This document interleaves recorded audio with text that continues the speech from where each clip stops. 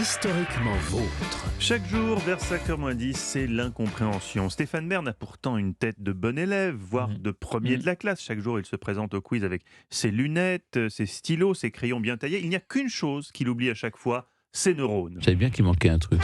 Jouons à Bern to be Alive, notre célèbre quiz. Stéphane, la première question est, comme le veut la tradition, pour vous. Question 5e République et séparatisme. En France, aujourd'hui encore, l'archevêque de Strasbourg et le diocèse de Metz sont nommés par le président de la République. Vrai ou faux? Attention, il y a peut-être un piège. Et quand je dis peut-être, ça signifie que c'est une possibilité. Alors, L'archevêque de Strasbourg et le diocèse de Metz. Le diocèse de Metz. Alors, seraient nommés par le président de la République encore aujourd'hui. Ils ne sont pas nommés par le président de la République. Ils sont nommés par le Vatican, mais soumis, leur nom est soumis au président de la République, parce qu'il y a toujours le concordat avec l'Alsace et la Lorraine. Mais la nomination est faite le choix est fait par le Vatican. Sur le plan administratif, ils dépendent du ministère des cultes, de même que oui. le salaire des prêtres et des pasteurs. Vous avez gagné. Vous avez gagné.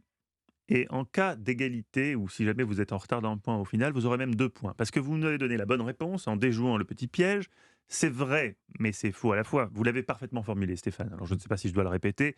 On le doit à Napoléon Bonaparte. Ce dernier a signé avec Pie VII le Concordat de 1801. En 1905, avec la loi sur la séparation des églises et de l'État, le contrôle par les autorités publiques sur les représentants de l'Église a disparu, sauf dans le Bas-Rhin et le Haut-Rhin. Concrètement, comme vous l'avez dit, c'est le Vatican qui choisit. Le président ne fait que signer, mais en 2013, mini-scandale, Stéphane, en 2013, Manuel Valls avait tiqué sur une nomination, mais ça s'était réglé diplomatiquement, sans trop de problèmes. Question numéro 2 pour vous, Clémentine Portier-Kelfenbach. On se souvient du goût de Kennedy pour les femmes, toutes les femmes, et ce de façon un peu obsessionnelle, mais ce qu'on a un peu oublié, c'est qu'il a été le premier président américain à gracier la dinde de Thanksgiving. Vrai ou faux? Il a voulu supprimer cette tradition de la dinde. Ah, je ne vous dis pas ça, je vous demande si c'est le premier qui a gracié la dinde de Thanksgiving. Il a gracié la dinde. Il a gracié la dinde, oui. Oh, qu'est-ce que ça veut dire gracier Elle la a été dinde? sauvée, on ne l'a pas cuite. Oui, ça j'ai bien compris. Mais il a sauvé toutes les dindes de tous les États-Unis. Non, il y a toujours une qu'on présente au président. Pour Thanksgiving, on présente une dinde. Ah, j'ignorais ce détail. Ah oui, et le président, traditionnellement, gracie la dinde. Oui, tout le monde l'a fait, Trump, Obama. Ouais. Et ma question est, est-ce que C'est c'est lui qui a Kennedy qui a inauguré initié cette ça? tradition. Oui.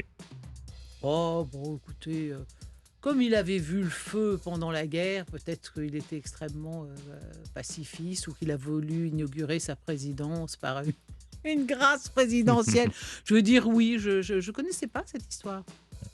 Vous avez gagné. Et c'était en 1963, c'est le 4e jeudi de novembre, et tous les ans, on estime à plus de 46 millions de dindes qui passent au four à cette occasion, Oui. sauf la dinde qui a la chance d'être à Maison Blanche, qui elle est graciée. Je ne sais pas ce qu'ils en font d'ailleurs de cette dinde. Mais il la rend, je sais pas, en tout cas, il y en a une autre qui est dans le four. Hein. Ça, c'est sûr. Ça, c'est sûr. Question numéro 3 pour vous, Stéphane. En France, la garde républicaine, durant son histoire, a souvent été dissoute puis refondée. Elle a été créée en 1802 par Napoléon Bonaparte. Elle est commandée par un général de division avec 2 régiments d'infanterie, un régiment de cavalerie, un état-major et des formations musicales.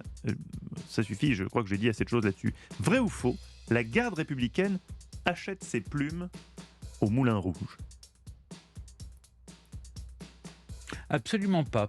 Parce que les plumes, je les ai vues, parce que je parraine un peu de 3 activités de la garde républicaine, à la caserne, au quartier, on ne dit pas caserne, c'est un quartier. Il y a les Célestins, ouais. Ça c'est les Célestins, et il y a celui de la place de la République. Et là, eh bien, vous avez les selliers, vous avez les plumassiers, vous avez des gens qui travaillent justement sur...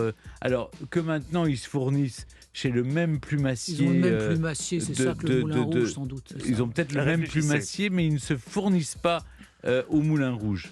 Il y a un piège là. Ils ne se fournissent pas au Moulin Rouge, ils ont peut-être le même plumassier que le Moulin Rouge. C'est un peu différent. C'est la régie qui décidera. Vous avez Gagné. Ah oui, ils sont gentils avec vous. Oui, c'est vrai, vous avez donné la bonne réponse, Stéphane. C'est exactement ce que vous avez dit. Plus exactement, la garde républicaine se fournit à la Maison Février. Ce Oui. sont des plumassiers qui existent depuis C'est le 1929, dernier plumassier, non C'est le dernier, parisien. d'ailleurs. mais oui. qui a été racheté par le Moulin Moulin Rouge. Rouge, oui. Voilà. Les Mm. autres clients, des maisons de haute couture et l'Académie française, où vous Mm. rentrerez bientôt, Stéphane, probablement. Vous n'avez pas déposé votre candidature déjà Non. ou pas? Ça Non. viendra un jour. Bah, je sais pas, pour le moment, non. Bah, j'ai vous avez aucune- publié suffisamment de livres, en tout cas. Oui, Oui, on mais sait. c'est pas, c'est pas au nombre de livres, vous voyez. Si, c'est au poids maintenant.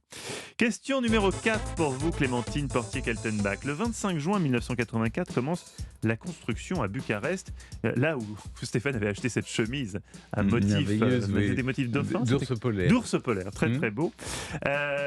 En 84, donc, commence la construction à Bucarest du Palais du Parlement qui abrite encore aujourd'hui le Sénat et la Chambre des députés.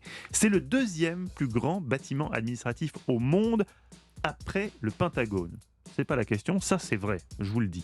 Mais ce qui est étonnant, c'est qu'il a été entièrement financé par le Kremlin. Vrai ou faux?